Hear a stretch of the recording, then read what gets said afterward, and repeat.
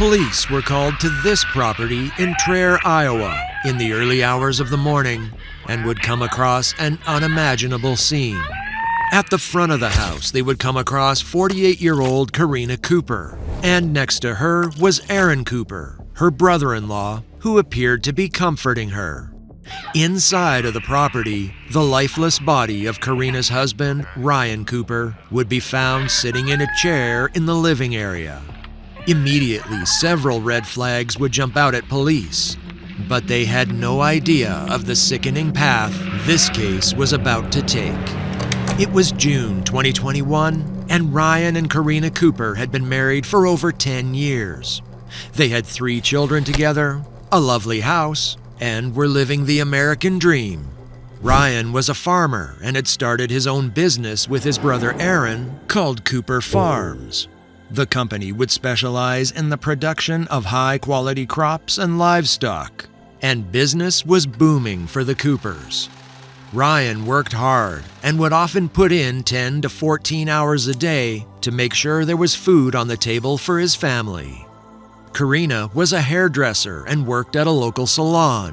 When she wasn't there, she would help out with the Cooper Farms business, usually helping with the bookkeeping. Like any couple, they had their ups and downs.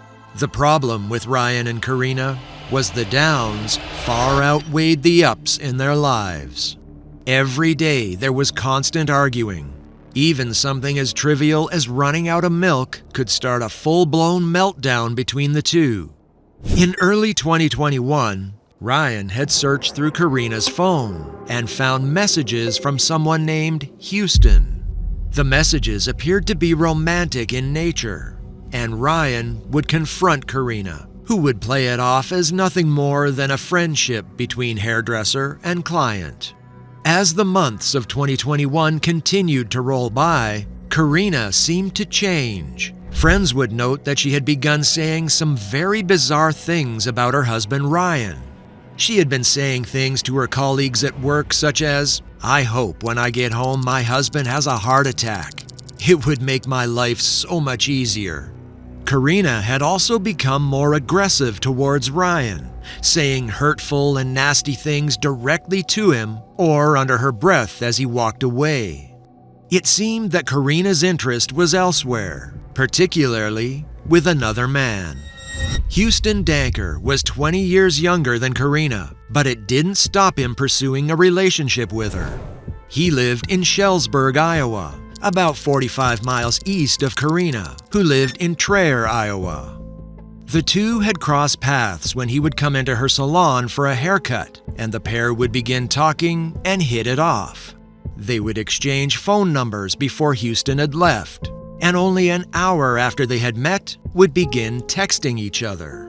She had told Houston that she was married but hated her husband and wanted to get rid of him. Karina would send this disturbing text message to Houston: "Hoping for a rogue semi today. Big accident, no survivors."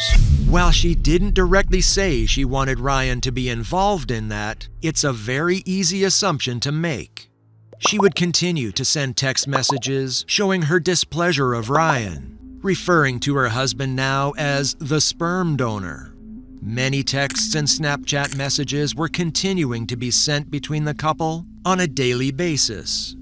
It was only 2 weeks since the pair had been talking with each other before text messages with "I love you" and heart emojis were being sent between the two. Karina would even send this message telling Houston what would happen if he woke up next to her. Houston and Karina would then talk about how they were going to start their lives together and bonded over the common hate they shared of her husband. This message would be sent by Houston, claiming how much better the children would be at football if he was their father instead. Karina had also confided in a friend who would later testify what she had said to her. She fucking hated him and would shoot him in the face. The two would then discuss having children of their own, and Karina would make the comment, "Might be pregnant this time next year." Her tubes were tied, but that wouldn't stop her. She had a plan to get around it by getting the procedure reversed or getting in vitro fertilization.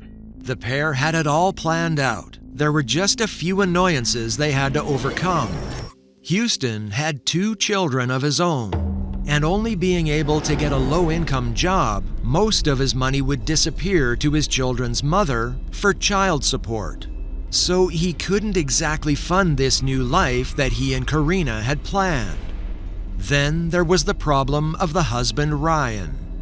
Everything Karina and Ryan owned, such as their $500,000 house and their cars, were put into the business's name, Cooper Farms. If Karina had just decided to run away with another man, it's likely she would leave with absolutely nothing. She did remember that Ryan had a life insurance policy that would pay out $500,000 in the event of his untimely death. And with that, his fate was sealed. June 18th, 2021. Ryan and his wife Karina and their 3 children were enjoying an evening sitting eating pizza and watching baseball. It was common for Ryan to sit in his favorite recliner and often fall asleep watching TV as he put in long hours at work. Their oldest son would usually fall asleep on the couch, but the Coopers were having renovations done to their home, and Karina had told him he was no longer allowed to sleep on the couch.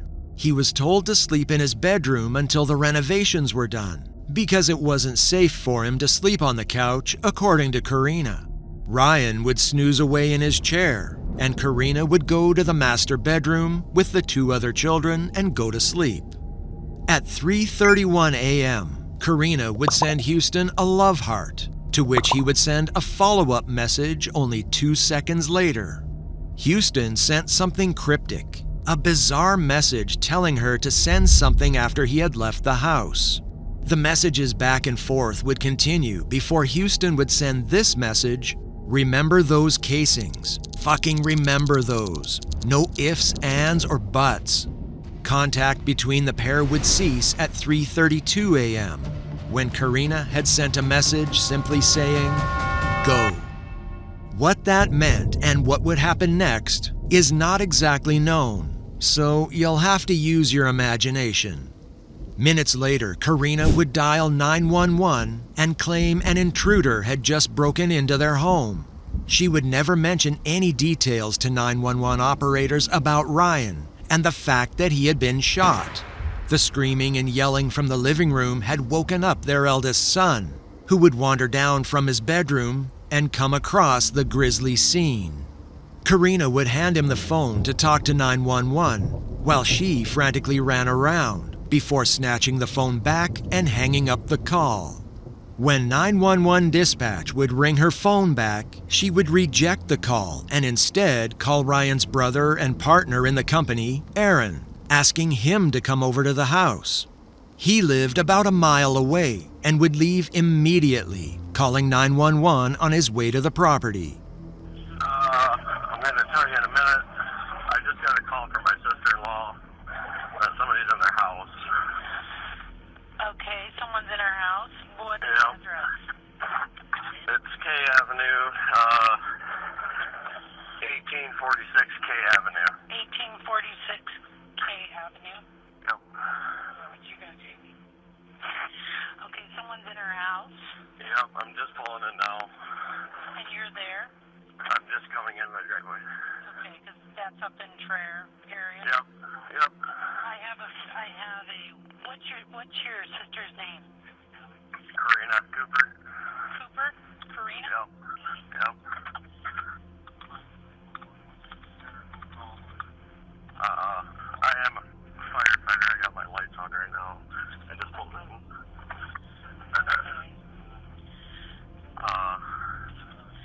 Okay, but she said someone's in the house. Very bit hysterically. Yeah, it's because we have. I see the kids in there. We have a female on 911 but can't understand her. Okay. I'm just wondering if that's her. It probably is. I am armed. Do you want me to proceed? Okay. Yeah? Okay. 3 kids just came out and told me to come out. Okay. Brother's there. still screaming. Yeah, she's still screaming. Double down so I can find out what's going on. But she said there was somebody in her house.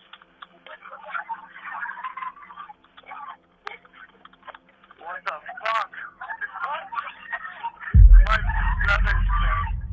What the fuck? We need ambulance now. Sir? We need ambulance. Okay, we need an ambulance. Did somebody get shot? What? Did somebody get shot? What? No, he's got blood coming out of his mouth and everything. My brother's dead. Okay, all right, we'll get an ambulance headed to that address that you're at.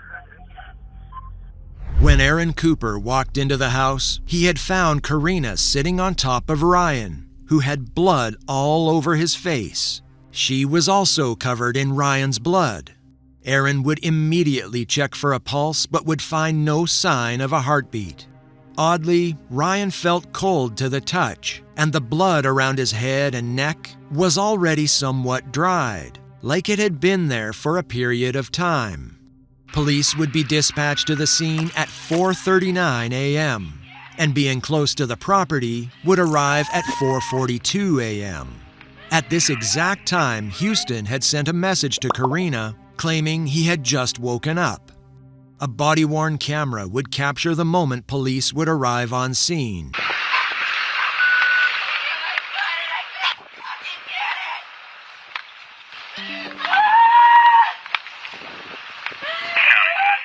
Are you the firefighter?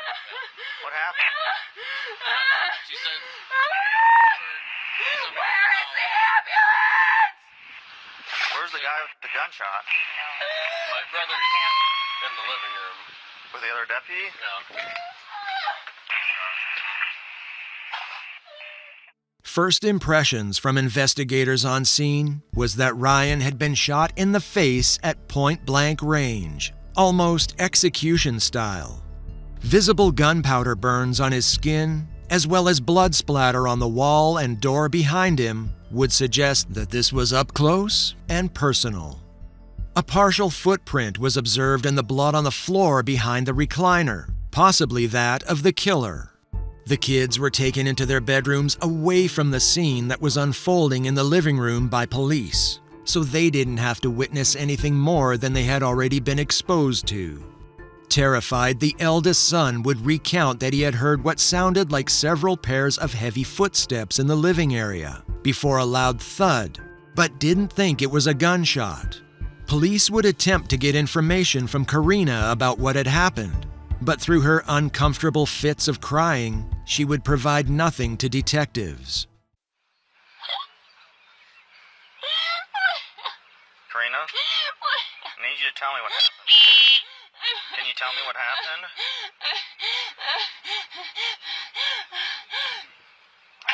There was a loud noise. I thought something fell. Something always falls down in this house. Okay. And then what happened? I got up and I peeked in the living room and then I went to the kitchen. Okay. Nothing fell. I Okay. didn't find anything. And then I heard him snore or some weird. Can you put them in your truck? No, I want my kid. Well, I'm right. We need it. I want my baby. They're right there, okay? They're in your brother's truck, okay? Did you see anybody else in the house? Could the thing that you thought fell possibly been a gunshot? I don't know. Okay. It was loud. Was it real loud? Okay.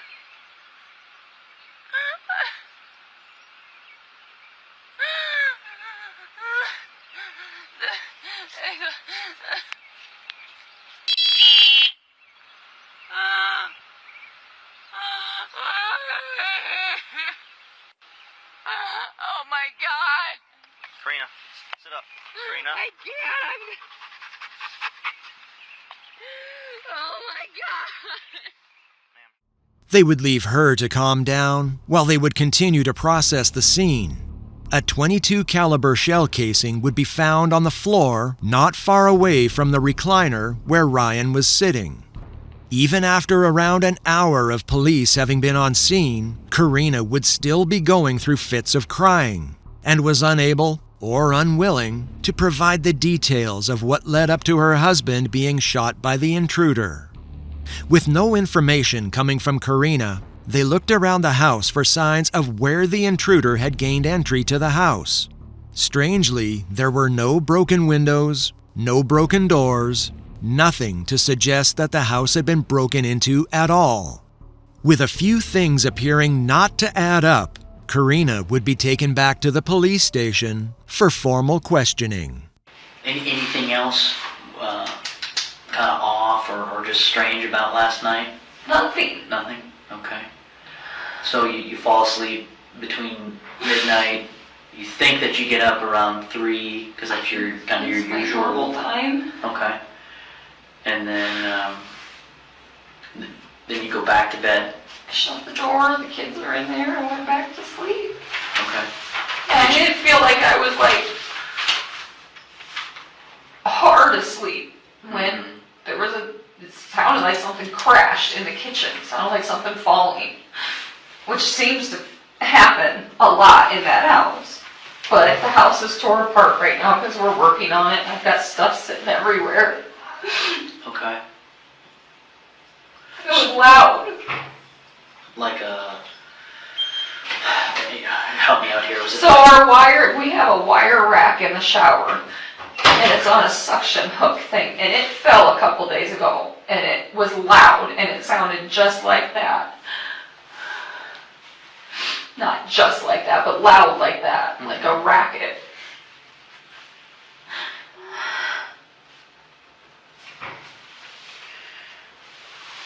So no sounds of like glass breaking or anything like that, just kind of a loud, like you said, a ruckus. Yes.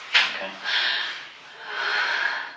You get up, you hear the noise, you wait there for a minute, you get up, and you go out, you see him sitting there, then you go and turn on the light to the kitchen. I went in the kitchen, there's always a light on in there, so they didn't turn on the light. I went in the kitchen and looked out the window over the sink. Okay. Towards the driveway, looked around the living room or the kitchen. There's nothing on our walls anywhere because we've been painting and everything. Mm-hmm. I didn't see anything, so I went in and I don't know if I said anything or not. Okay. I turned on the light and it didn't look like he was sleeping.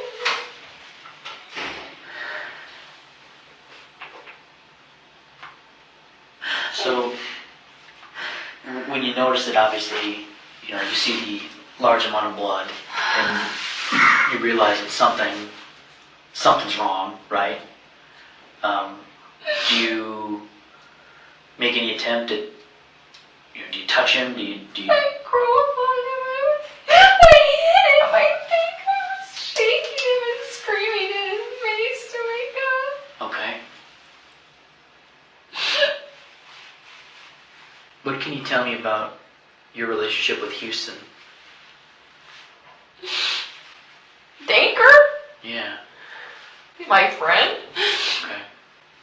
And I'm going to be blunt with you and be forward with you. The only reason we ask is Aaron made mention about maybe Ryan seeing something on your Snapchat. Not that was Houston, but maybe there was something with your Snapchat.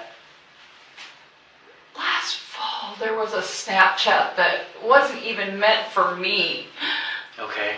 Tell me about that. Supposedly. Ryan saw it, not me. And he told me about it. It was something about a married woman and naked, seeing her naked or something like that. Okay. And Ryan saw it and confronted me, and I confronted Houston, who were friends on Snapchat, and that's it. So And he swore up and down to both of us that it wasn't intended for me. And that was the end of it. So Houston sent us. I guess I'm not familiar with Snapchat. I don't use it. Not a picture, Ryan took a picture of the message that he sent through Snapchat about something about being a married woman or something. I barely even saw it because I didn't know what the hell it was. Okay. And he swore up and down it wasn't meant for me. He And was- we had snapped each other earlier in the day that day because he got some product from my salon. Okay. So he said that he sent it to the wrong person. So, I guess. This is dumb. Well, we're trying to get to the bottom of dumb. Oh my God. We're just making sure that all the questions are answered. Ryan's brother Aaron had tipped investigators off about the rumored affair that Karina was having, and they would quickly move to bring in Houston Danker for an interview. Why your name came up is Ryan Cooper died. See, and Okay, so Ryan Cooper died, and one of the first, I don't know, in the first hour, someone said, "Hey, we heard that Karina was having an affair with Houston." That's why you're here, okay? yeah. So, all I got to do is I got to sort out a few things with you about that. I'm going to get you out of here, and then we may have to follow up with you again some other time. Okay. But the rumor's out there, so we have to talk to you, right? Yep.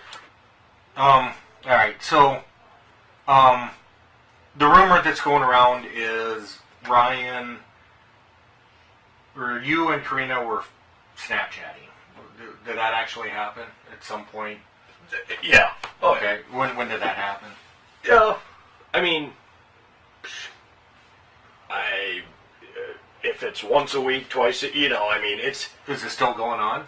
with me and Karina. Yeah. No, I mean, like I said, it's random Snapchat shit. I mean, Okay. it's Randomly? yeah. And how long has that been going on for? Oh, shit. I don't know. Probably November, October. Just, yeah, probably October, November time frame.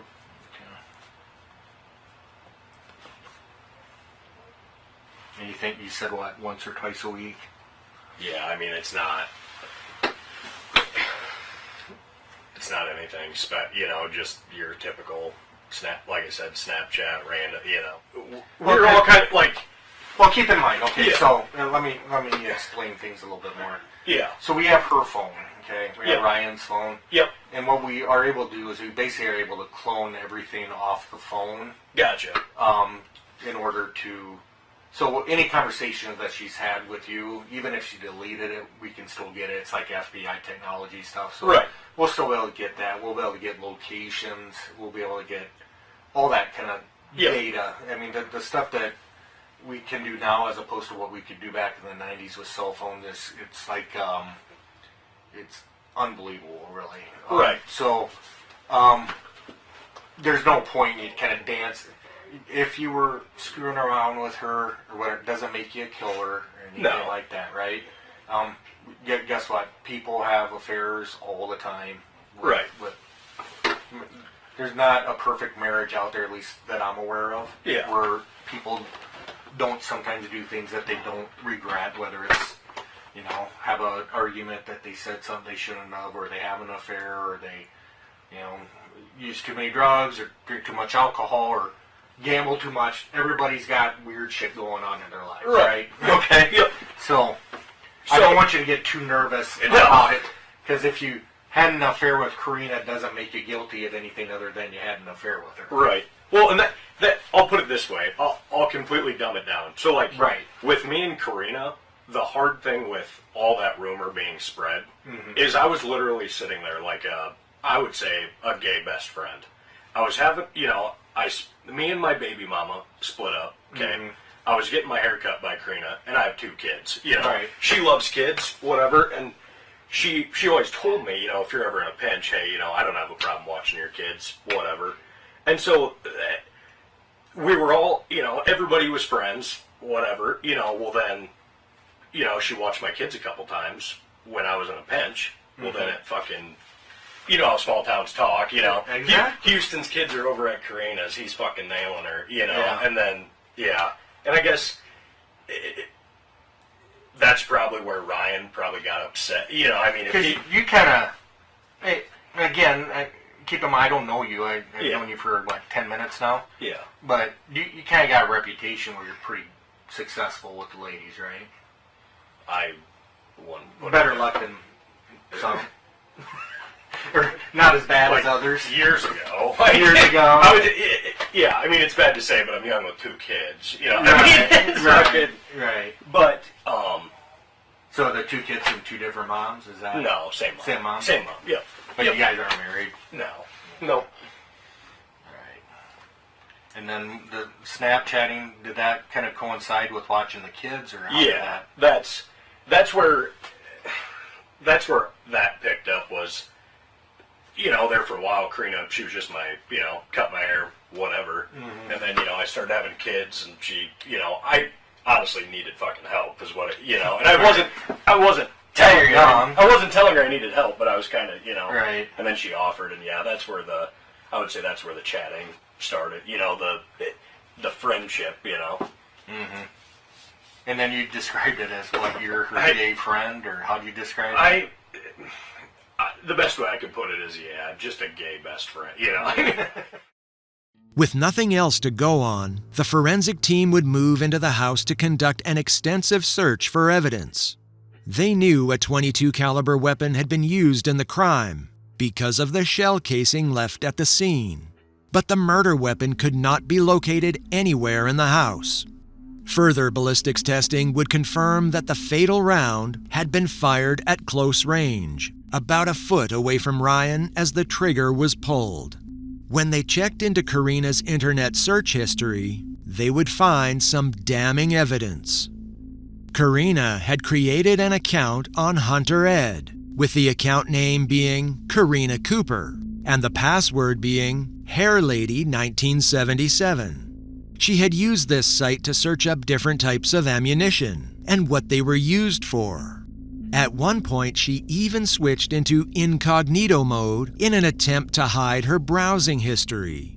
If Karina's search history was disturbing, what they were about to find in Houston's was even worse.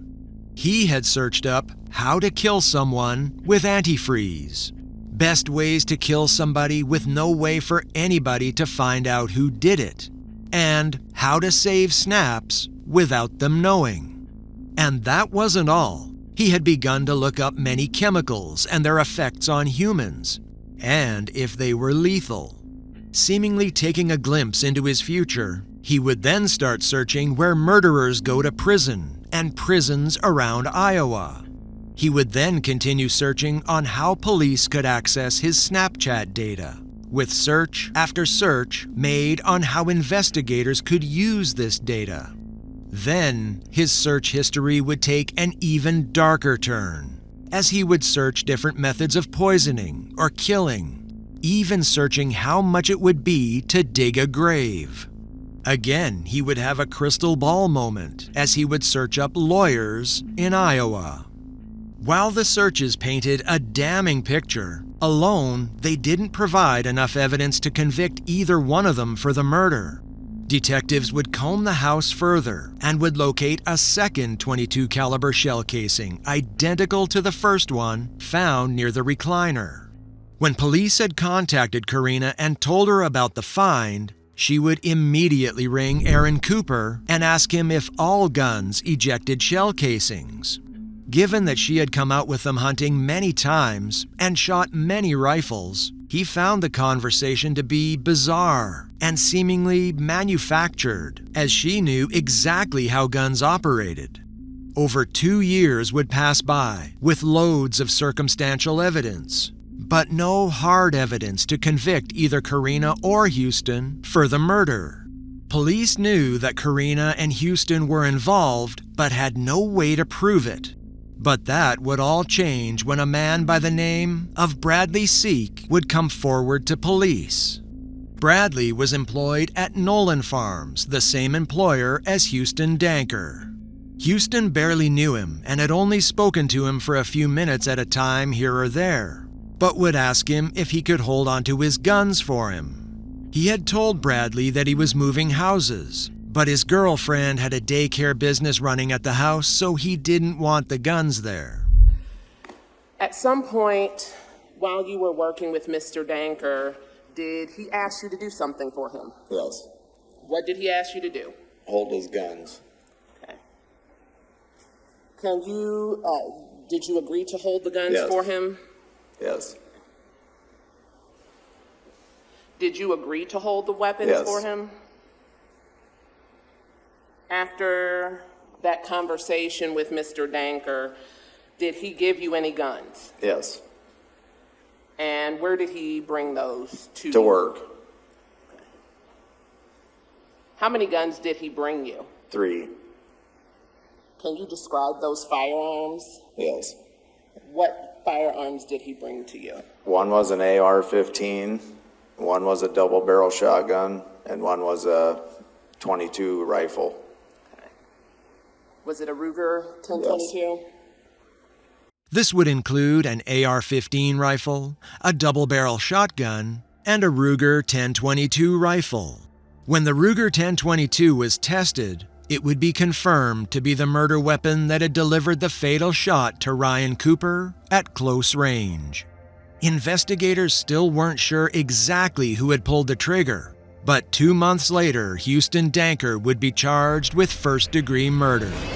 Houston Danker initially pled not guilty, but on the day his trial was scheduled to begin on August 13, 2025, he would change his plea to guilty. His lawyer would release this statement: "I can confirm that Mr. Danker pleaded guilty this morning to aiding Karina Cooper in the killing of Ryan Cooper. There was no plea agreement. Mr. Danker wanted to accept responsibility for his role, and at the same time, spare his family, the Cooper family, and the community the ordeal of a trial." His sentencing hearing is currently set for October the 3rd, 2025.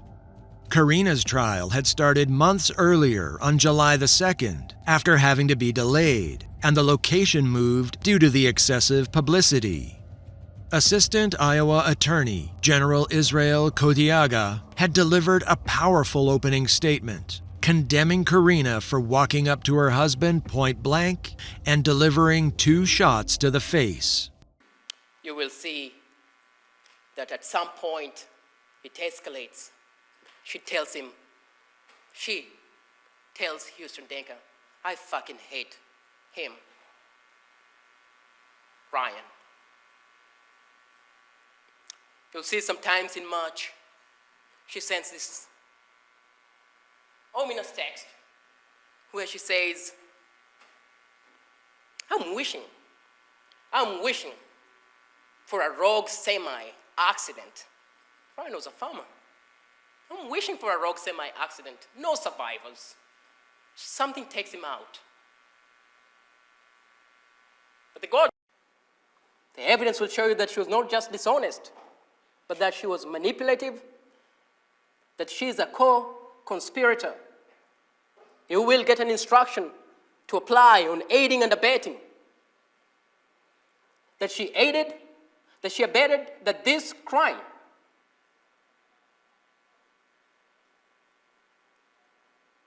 from the evidence that you'll see that Ryan Cooper dies by her involvement absolutely 100%, like she said. She was in this absolutely 100%. He described it as a ruthless murder that left Ryan no chance of survival. Karina's defense lawyer, Nicole Watt, would deliver her opening statement, blaming Houston for everything and painting Karina as a victim. Houston Danker. Houston Danker killed Ryan Cooper. Houston Danker shot Ryan Cooper in the face. Houston Danker solicited Karina. Houston Danker manipulated Karina. Houston Danker lured Karina. Houston Danker had Karina living in a dream world. Houston Danker killed Ryan Cooper. She would continue on, saying Karina loved her husband and never wanted him killed, despite the text messages presented as evidence against her. Nicole Watt would ask the jury to keep an open mind about the case, saying that Karina was innocent. The mountain of evidence, particularly the text message evidence, did not help her case, and in fact painted a picture of a woman that wanted her husband dead so she could run away with Houston. Brad Rund from Chelsea Savings and Loans would be called to the stand to provide evidence about the financial situation and the insurance policies the Cooper family had with them. She was overdrawn a lot financially, just her accounts were negative sometimes, so it was tough. Starting with Ryan Cooper, what was his term of insurance and who was the beneficiary? It was shelter insurance, and the beneficiary was Karina. Okay, so, and what were the amounts that we had for Ryan? There was a $20,000 policy with a $1,000 cash value at that time, and then there was another face value policy of $500,000. $500,000? Yes. And so, in other words, if Ryan were to die in a situation where insurance covers, Karina would stand to receive $500,000. Correct. Aaron Cooper would be called to the stand to give evidence about the tragic death of his brother. Went in the house and Cade let me in, sorry. And Karina was laying across Ryan on his recliner. Okay. What did you see when you got into the living room? Ryan in the chair with her on top of him. So she's on top of him. Any other adults in the house at that point? No. Did you see anyone else in the house at all? Besides, obviously, you mentioned Cade. Cable and Cortland. Okay. Did you see them at that point, like initially, or not? I believe so, yes. So you said Karina was on Ryan. Could you tell what she was doing? Not exactly, just laying on him, up against him, I guess, like face to face. Okay, face to face? I think, yeah.